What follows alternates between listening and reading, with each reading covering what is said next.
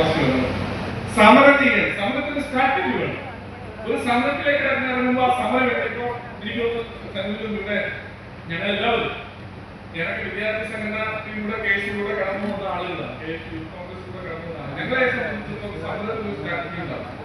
ഒരു സമരത്തിന് അടി പൊട്ടണമെങ്കിൽ തന്നെ ഇവിടെ രസകരമായി നമുക്ക് സംവാദം പോലെ പറയാം. മുഖ്യമന്ത്രിയായിരുന്ന സമയത്ത് അവസാനത്തെ ഗവൺമെന്റ് സമയത്ത് KSU പ്രസിഡന്റായിട്ട് ജോയി പ്രസിഡന്റായിരുന്നു.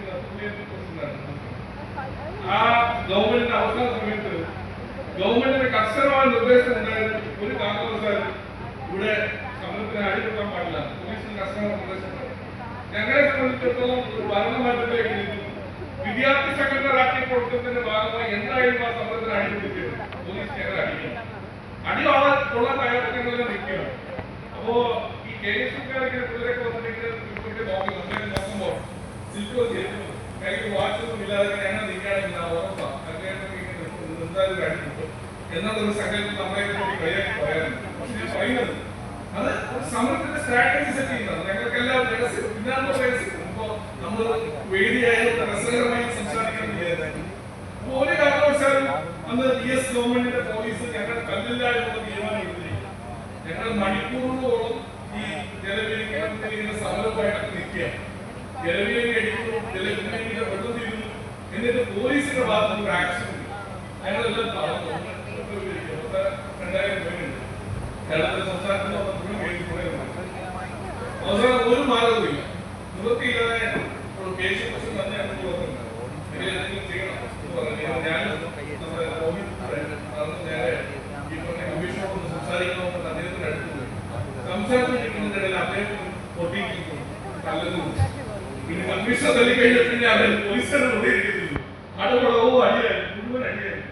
അന്ന് അടിച്ച് ജോലിക്ക് തലകുത്തി എന്റെ കയ്യിൽ ഞങ്ങൾക്ക് എല്ലാവർക്കും കിട്ടേണ്ടത് കിട്ടി. അത്യാവശ്യം നല്ല സമരം നടത്തി കാഴ്ച സ്ട്രാറ്റജി രസകരമായിട്ട് റോങ് ആയിരുന്നു. അപ്പൊ അന്ന് യഥാർത്ഥത്തിൽ ആ വിദ്യാർത്ഥി സമരം, യഥാർത്ഥത്തിൽ വിദ്യാർത്ഥികളുടെ അവകാശ സമരം പൊതുസമൂഹത്തിന് മുന്നിലും ചാനലുകൾക്ക് മുന്നിലും ബോധ്യപ്പെടുത്താൻ ഞങ്ങൾക്ക് കഴിയുന്നതുകൊണ്ടാണ്. അല്ലെങ്കിൽ ആ സമരം പ്രസക്തി ഇല്ലാതെ പോയത്. ഞങ്ങളെ സംബന്ധിച്ചിടത്തോളം അന്ന് വിദ്യാർത്ഥികൾ നേരിടുന്ന പ്രശ്നം പൊതുസമൂഹത്തിന് മുന്നിൽ എത്തിക്കാൻ ഞങ്ങൾക്ക് അത്തരത്തിലൊരു സമരമാർഗം സ്വീകരിക്കേണ്ടി വന്നു. ഗവൺമെന്റ് കുട്ടികളെ അടിക്കരുത്, KSUക്കാരെ തല്ലരുത് തീരുമാനം എടുത്തിരുന്നു.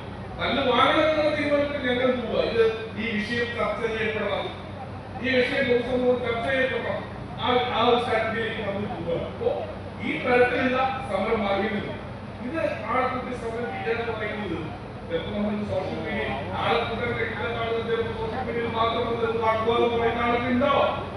അപ്പുറത്തേക്ക് ഒരു രാഷ്ട്രീയ തലത്തിൽ ചിന്തിക്കാൻ കഴിയുന്ന കുറെ ആളുകൾ കൂടി വേണമെന്നില്ല ജനങ്ങളുടെ ഇടയിൽ നിൽക്കുന്നത്. ഞാൻ വീണ്ടും ജനങ്ങളുടെ ഇടയിൽ നിൽക്കുന്നത് നിങ്ങൾ ആളുകളെ ചൂസ് ചെയ്യുമ്പോൾ